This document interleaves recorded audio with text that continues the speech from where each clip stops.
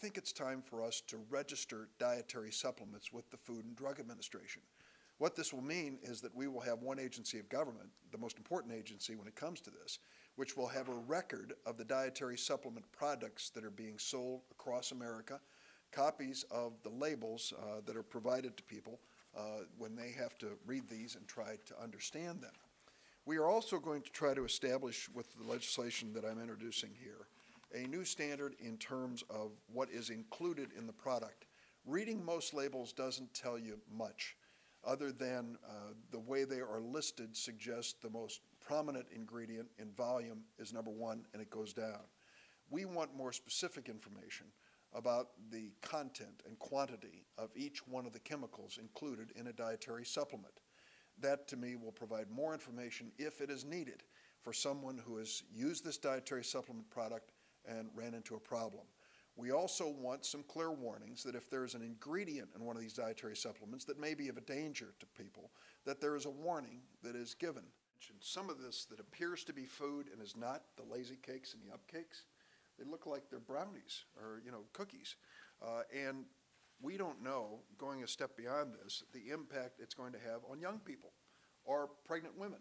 So there are certain classes of consumers who may be more vulnerable than others who are thinking that they're taking something innocent that's going to let them sleep a little easier or have a little more energy. Well, I think what we're doing is taking a look at each of those products. And what they have done is move from food product. If it was a food product with chemicals added, the FDA would be all over it. But when they move to the dietary supplement world, they're in a much more relaxed legal setting. And the FDA has much less authority. This new bill would put the FDA oversight into dietary supplements so that we can make an honest evaluation. Should the sale of lazy cakes be legal in America? If so, in what size, with which warnings? We haven't reached that point. And understand how dynamic this market is.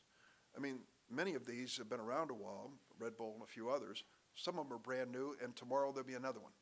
So keeping up with all of them, let's start with registration. They ought to all walk through the front door of FDA and say, we're doing business, here's what we're selling, here's what's included in it, here's our warning label. But even that isn't taking place right now. Bottom line is this: American consumers need a helping hand when it comes to understanding what they're buying. They need to know if there is a health impact on what they're buying and make conscious, informed choices.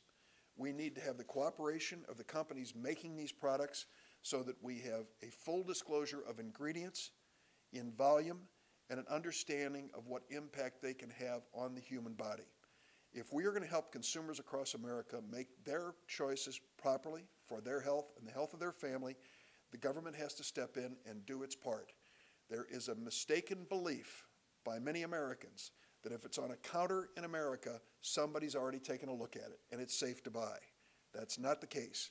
When it comes to many dietary supplements, we are in uncharted territory.